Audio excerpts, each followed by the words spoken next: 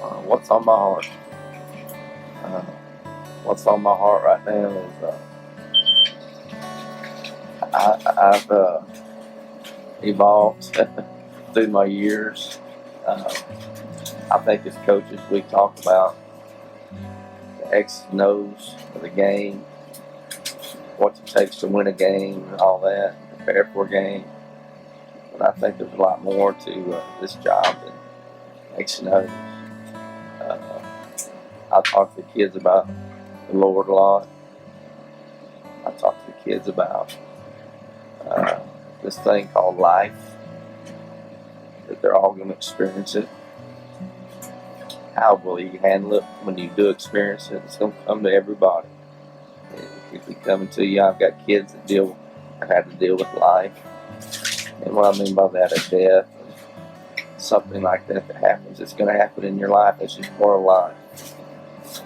And I talk to kids about that all the time, about how you're going to deal with life when it hits you. I was on scholarship in my life. I always felt for 45 years. 40 years. Everything was always good. Until I got sick. And life hit me right between the eyes. And how I dealt with it was going to determine how long I think I'll survive. And now I survived it. But I talk to kids about that all the time, about life. And when I go talk to people, I go talk to at churches, different groups, that's the first thing I talk to them about life and how you're going to deal with it. I deal with it by putting all my trust in the Lord, and I believe that's the best way to deal with things. But you've got to come to that realization on your own too. I can't talk you into that. I can help try to lead you to that point, but you've got to come to that realization on your own, and you've got to do that on your own. That's one thing on my heart. Every day when I go to work, I know there could be a situation arise where you're going to have to talk to the kid about life. And are you prepared to do that? Are you going to be open to that and attuned to that, to know when you have to do it? Several years ago, I had a kid come in, one of the best kids I've ever been around, great kid. He come in athletics one day, he was very upset. I've never seen him before. He was hollering and screaming and cussing, wanting to fight everybody. I've never seen that kid, never seen that side of that kid. So I got everybody out of the field house. And I kept that kid in there in the dressing room, just me and him. And he was trying to leave. He's about 225-pound kid. That morning when I went to school, I was in bad health at the time, and I was going through a state of depression my own from the medicine I was on.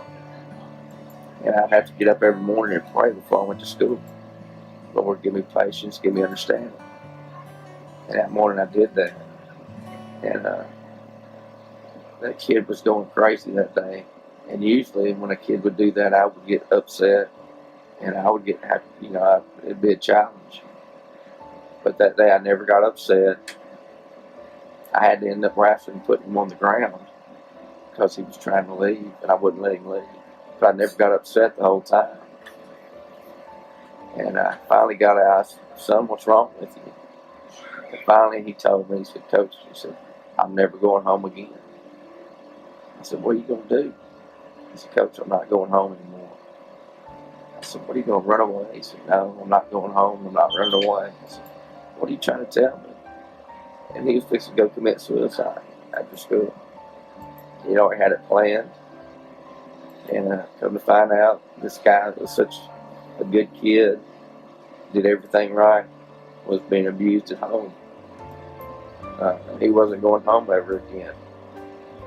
But I know, just through the power of prayer, I never got upset. If I wouldn't have done that, I never would have listened to him and got that out of him.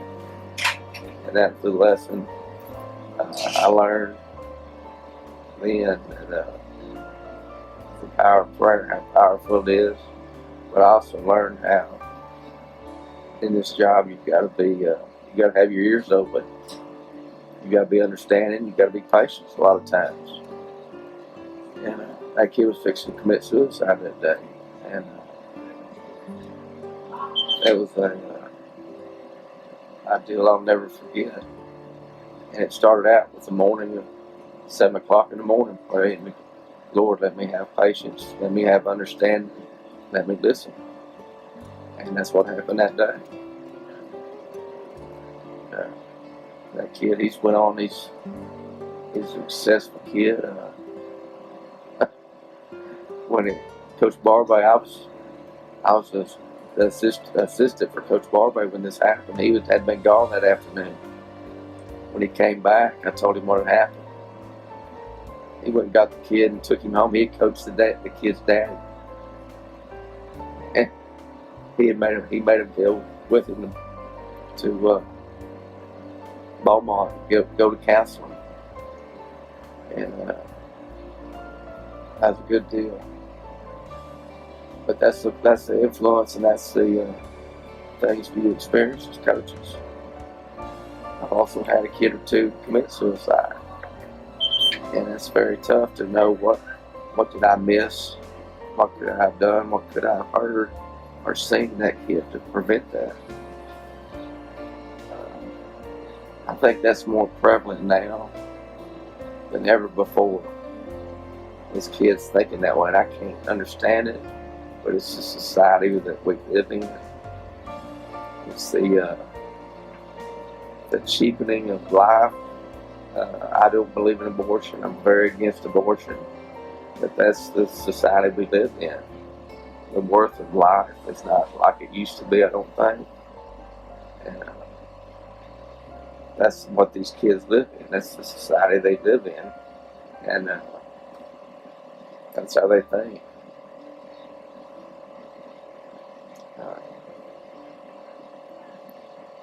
I think that's a big part of our job too, is making them have a self-worth.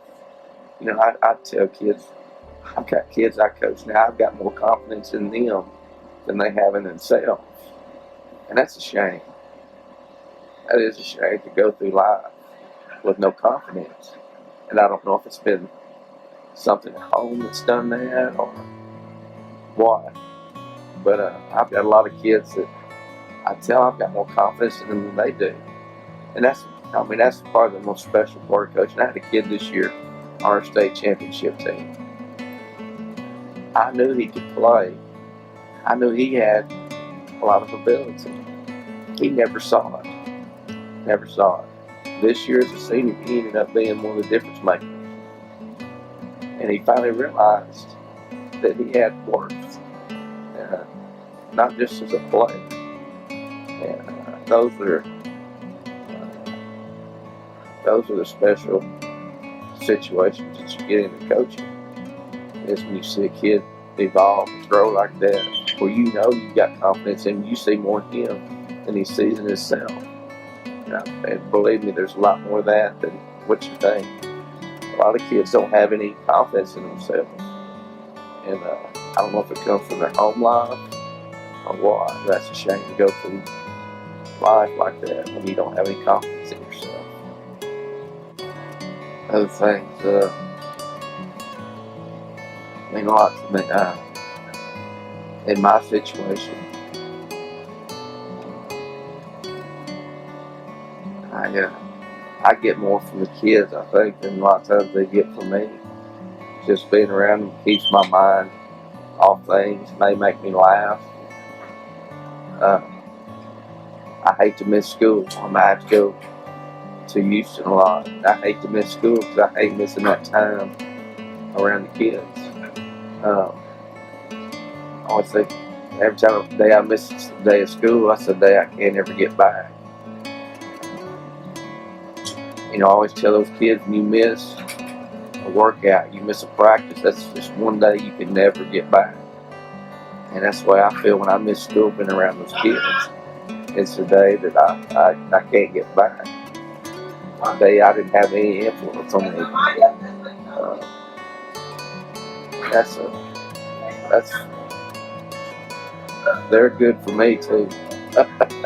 It's not just one way. Uh, I've never considered what I do going to work.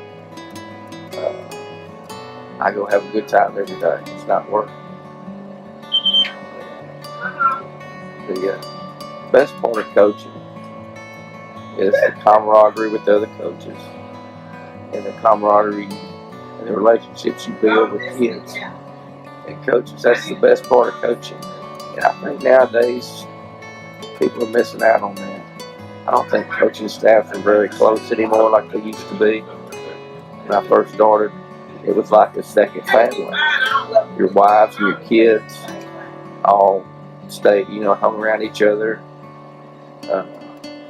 My kids grew up in the field house because I was working so much. I was at schools, at the job so much. That's where I'd see them. My wife would bring them to the field house, and everybody's kids were that way at one time. Grew up in the field house and grew up around each other.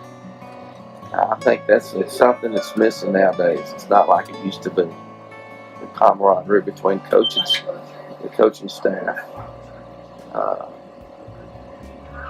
We've lost that. Everybody's got too much going on, I think, or think they do. That you can't have that relationship anymore. The relationship I have with coaches is a different relationship than I've had with anybody else. That's who I'm always around. I have friends outside of coaching, but not like coaches. It's just a different relationship that you have as people. And I always tell my coaches this at the beginning of the year. Everybody in this room better take up for each other and stand up. I said, because when people start throwing rocks, you better be able to stand back to back and see where the rocks are coming from. I said, you don't have that in any other profession. Those guys in that room better stick together. And I've coached with people, and I've been around coaches that had their own agendas. They throw people under the bus. Those guys don't last long. They don't last at a certain place very long, and they don't have true friends either. Those are the worst guys you can be around. You got one of those guys on your staff, that's like a cancer. And you can't have that. You got to cut it out. I do believe that. But that's a special bond, I think, with those coaches. When you work together for so long, like the coaches that I work with, we've all been together for so long. And a lot of them I coached as kids that are coaching for me now. That's a special bond between coaches that you don't have in other professions, not either. And that's one of the best parts of coaching I think there is the relationships you build. But I see that changing nowadays. I see coaching staffs aren't near as close as they used to be. They don't associate with each other outside of the job. And I think that's a shame. Because that was always one of the best parts of coaching, I thought. And that's what's on my heart. Go get it.